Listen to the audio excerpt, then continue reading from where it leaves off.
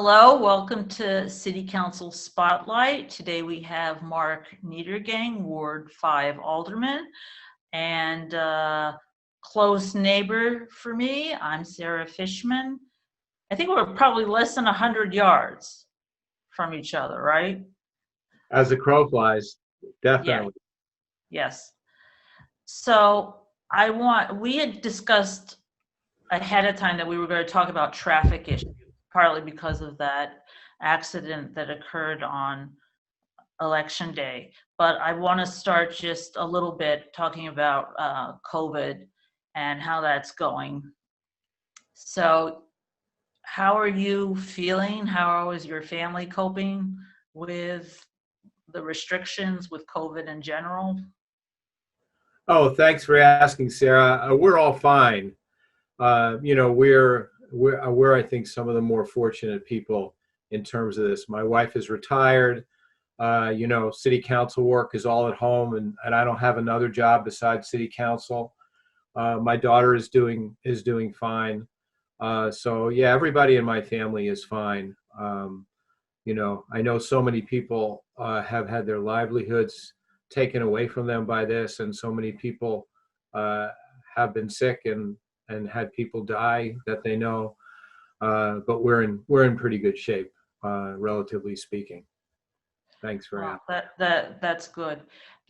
Do you have any suggestions of anything to tell people, or based on conversations with with your constituents, any suggestions on how to cope with staying at home? Or have you had anybody come to you and say, I don't have money for rent, or any of you been able to help that person?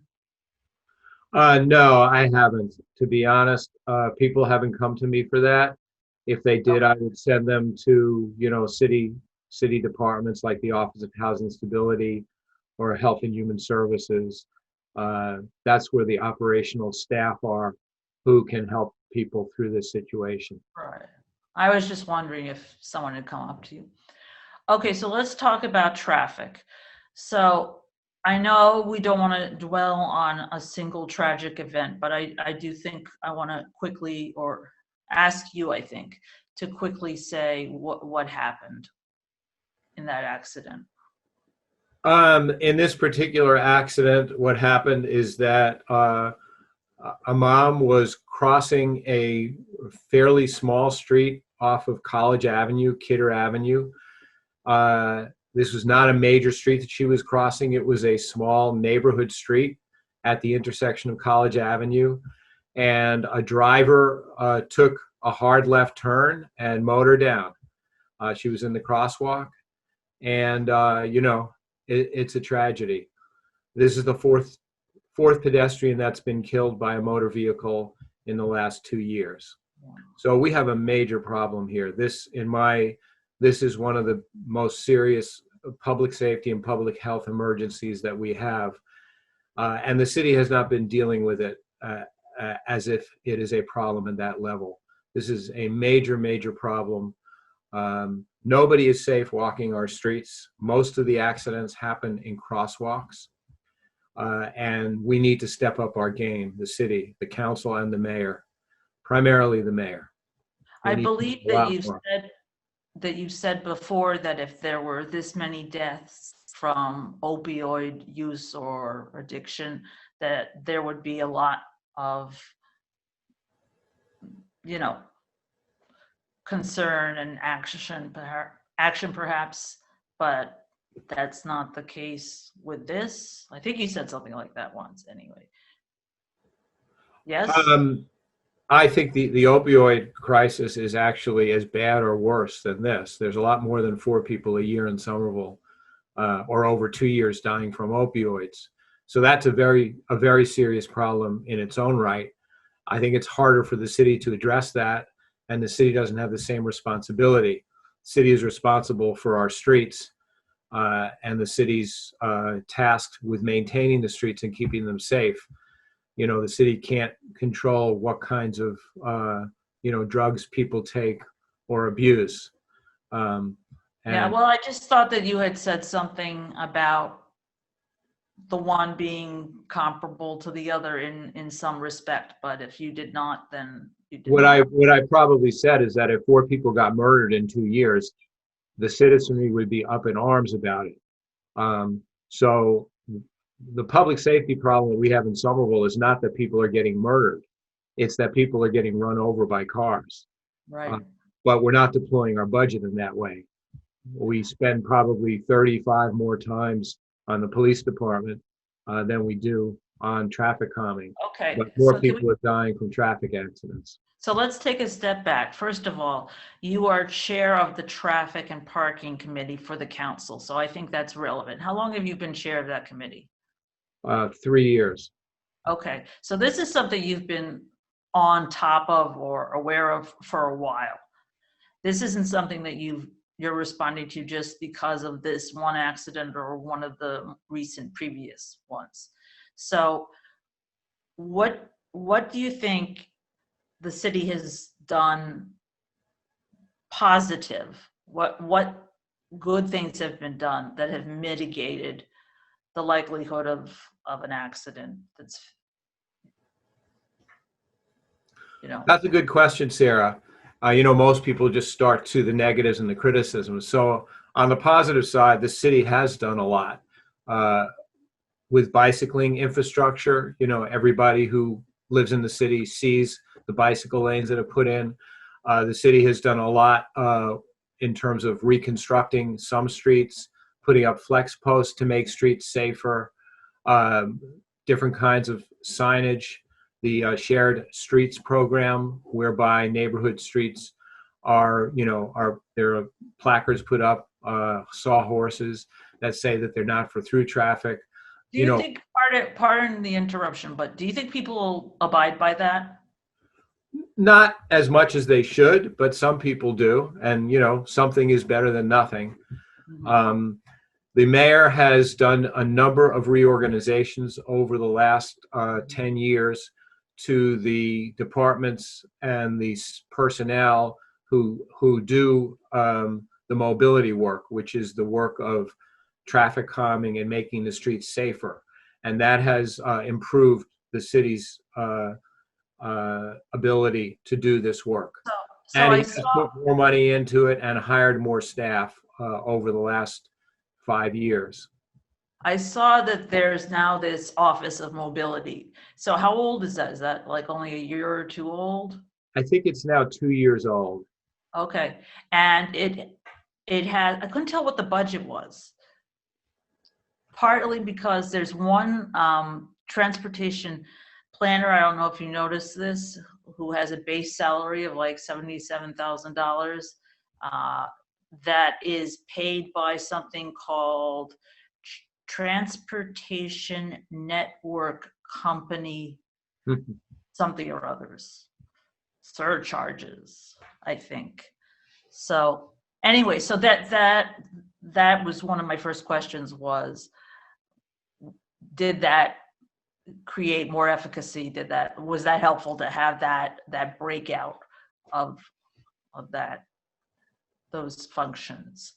There was a unit that did that work before it was renamed Mobility, and but the work has been enhanced. The budget now is about $1 million for mobility per se.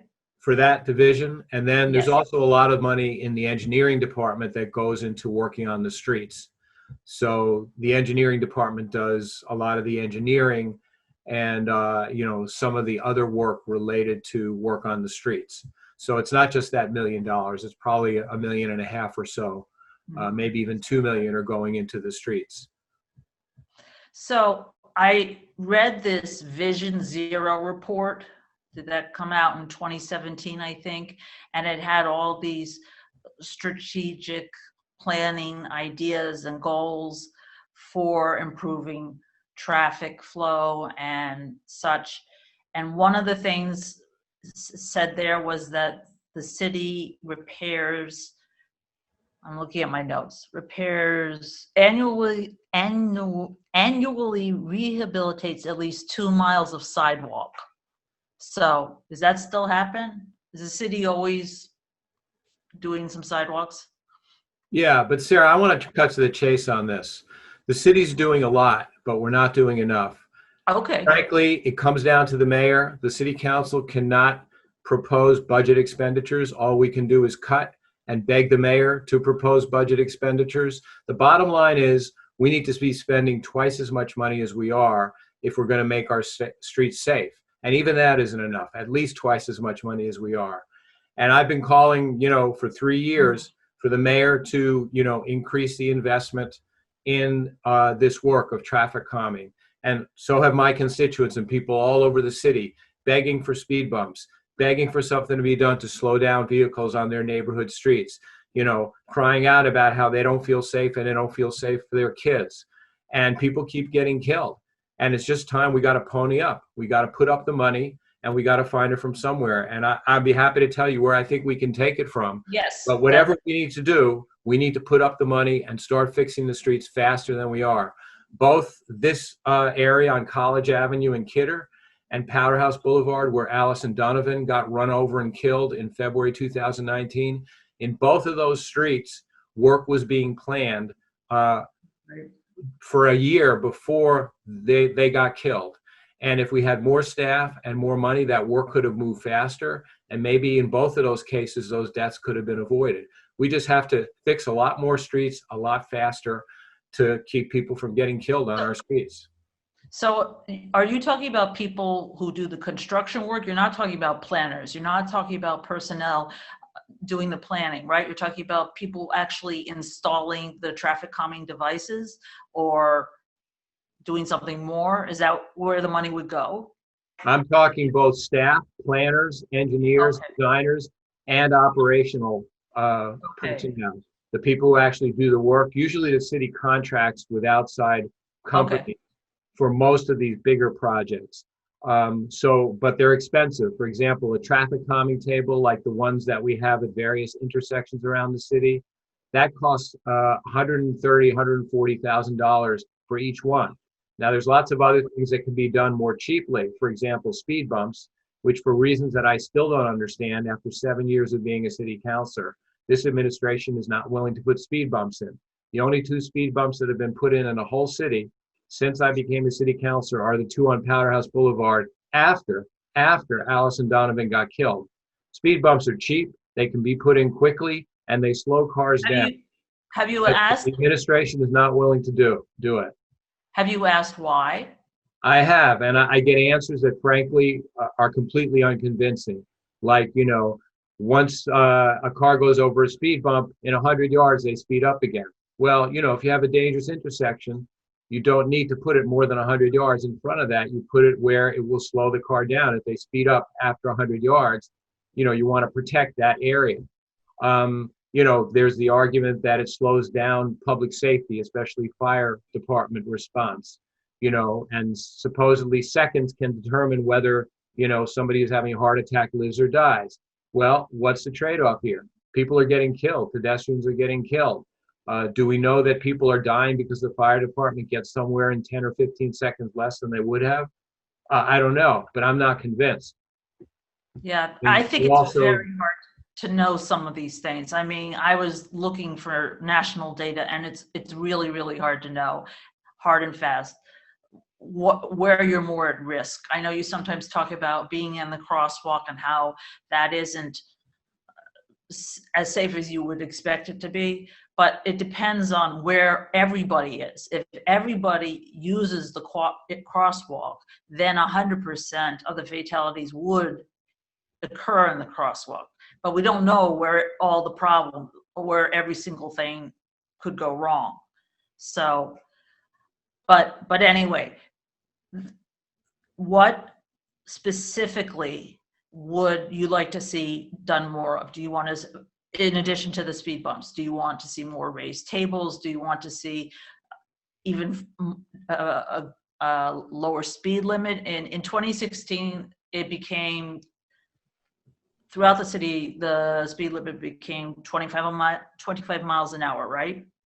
yeah, and it's now 20 in many sections. In some other areas, right? So are there specific things that you would like to see happen in addition Yes. to, okay, so speed limit doesn't save lives. It's Okay, very hard to enforce, and people can easily disobey it, and they do. What we need is infrastructure, okay. speed bumps, um, bump outs, What, can you wide out. define a bump out? Can you define what bump out is, please? It's where you take the corner and you expand it. You build it out with concrete so that it's much broader and wider, and that forces a vehicle to go much more slowly The when they the go around. sidewalk is bigger, so the way, the passage for the vehicle is more narrow. Is Right, that, and you have to slow down, and they also have to make sure they don't hit that bump out and ruin their tire. So if you look on Cedar Street, there's a bunch of kind of yes. weird bump outs that are very unpredictable. That's been tremendously effective in terms of traffic calming. People hated it when it was deployed, but it's been very effective. It slows people down. Drivers, we want our drivers to be uncertain, to be watching, to be, very careful all the time. The more we can do that, the safer things will be. But it's all about infrastructure, physical infrastructure. That's what will save lives. Speed limits, we've done that, and it hasn't made a difference.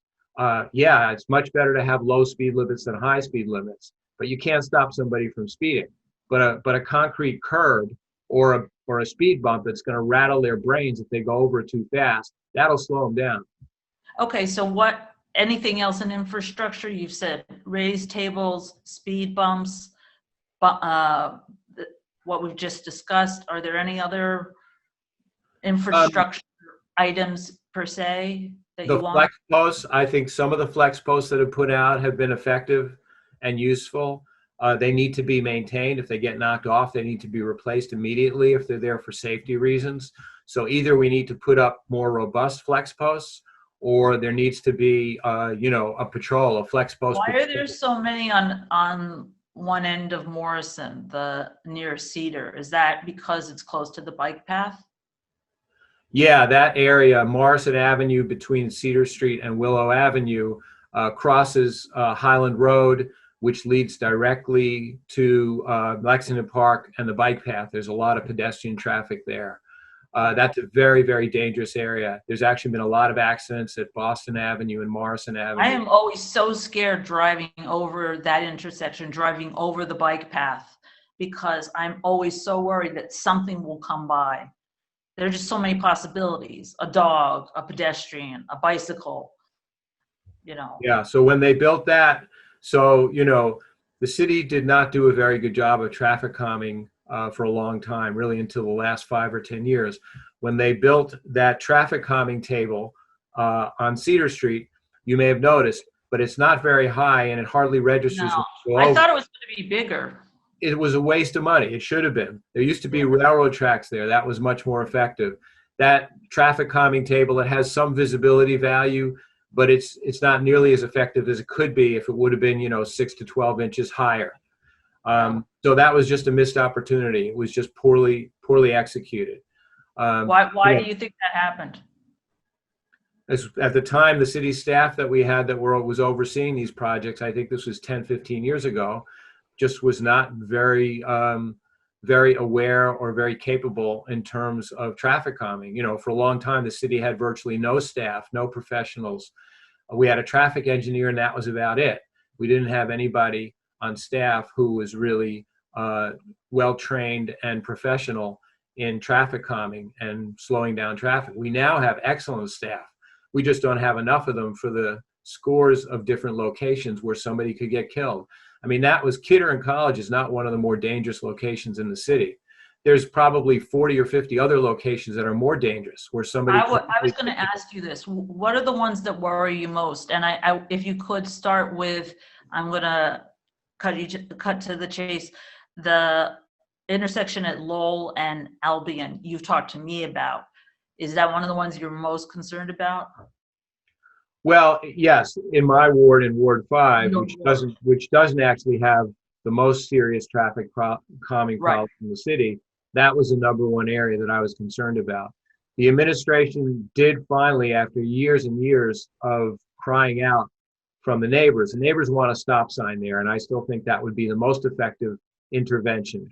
The mobility department put a stop sign at Summer and Cherry Street. which was a very dangerous intersection. Got a lot of complaints from parents walking with their kids to the Kennedy School, and people returning from the Porter Square T station, and that solved the problem. So I think a stop sign in Albion and Lowell would solve the problem, but the flex posts that the administration put in about 2 weeks ago have made a significant difference. It's much better now than it was. There's a lot more dangerous locations in other parts of the city. Which places I mean, I have some notion, but which ones are really bad, like along McGrath or?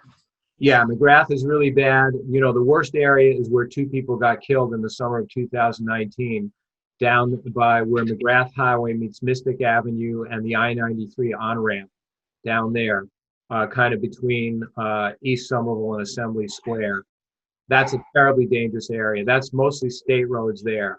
And the city has been working closely with the State Department of Transportation to address that. And some changes have been made, but still not nearly enough.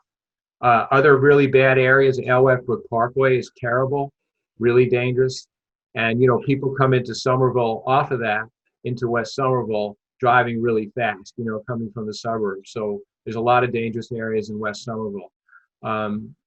But Yeah.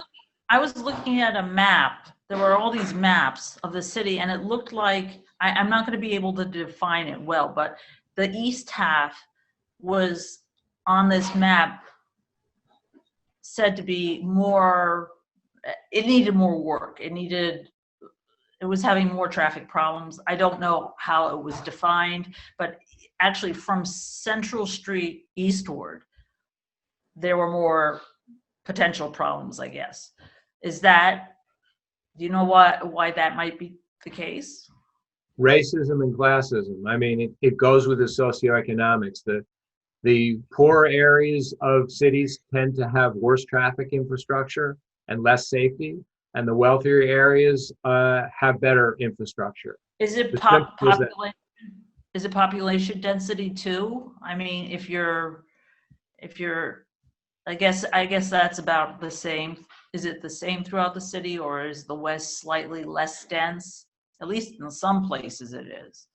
So. Yeah, no, I don't think safety aligns with population density. I think it aligns with the political power and the class of the residents of that neighborhood. And to the administration's credit, they're well aware of this. Brad Rawson, the director of mobility, talks about this all the time. And they're focused on their interventions in the areas that need help the most, which tend to be the poorer and blacker and browner areas of our city. So that's Ward 1, Ward 4. You know, the further east you go, the worse the problems are overall in general. But there's problems all over the city. You know, Allison Donovan was killed in West Somerville. So, you know, there's problems all over the city. But just for a second to stay on the east side. So is there anything in particular that Mr. Rawson is doing, focusing on a specific thing, or is it just everything? There's just more of it in those neighborhoods? The focus is on specific neighborhoods, specific intersections and areas. Okay. So, for example, that area that I just mentioned where those 2 people got killed in the summer of 2019, Mystic Avenue, down by McGrath, and the I-93 on-ramp, the Kensington Connector, which goes under the highway between Assembly Square and East Somerville where the Stop and Shop is. That's a very dangerous area. These are all areas that the City Mobility Department has been working on. These areas are mostly controlled by the state. So we're dependent upon the state, which, you know, the state is not that responsive to Somerville's concerns. I think the city's been doing a good job at fixing some of these areas, but we need to do more and we need to do faster. And that's my mantra everywhere. All of the dangerous intersections of the city, we need to do more and we need to do it faster, or more people are going to keep on getting killed. And now your principal means of transportation is still your bicycle, correct? Yes, that's true. So do you have any sense of how things have improved or not for people who are bicyclists? I think they've improved enormously. I mean, I've been an urban bicyclist for almost 50 years now, for a good part of my life. So is Somerville doing better on that than on the pedestrian end of things? Yes, and the reason is that there's been a absolutely fantastic bicycle committee in Somerville, which is part of the city government. They have been working with the city government for a decade now, and pushed city government to deploy all kinds of safer bicycling infrastructure. And there are it's a well-organized community, the bicycling community, and they advocate. They're very good at advocating, as they should be. Now, there's some correlation between safety for bicycles and safety for pedestrians, but it's not 100%. The pedestrian advocacy community has really only just started to get organized the last few years. And Stephanie Hirsch, the former city councilor, who's now in Wisconsin, she deserves a lot of the credit for that. She convened people in her backyard for over a year, and that led to the creation of the Pedestrian and Transit Advocacy Committee, which is now part of the city government, like the Bicycle Committee. And people can join that, right? People can join that group? They can't join it. No, it's appointed by the mayor. They can attend the meetings. They have a listserv. This group has a listserv which people can, communicate with others on, and they can speak out. But So no, it's a committee that's appointed by the mayor and approved by the city council, like most city committees. So could someone just dial 311 and then figure out how to get involved? They would say how to get on the listserv, all that. They could send an email to transportation@somervillema.gov and say, send this to the pedestrian committee, and it would get to them. Okay, so Or they on can that, go on the website and see who's there and communicate with them. okay, on that positive note, and I know that you had a lot of concerns, but on that positive note, we need to stop.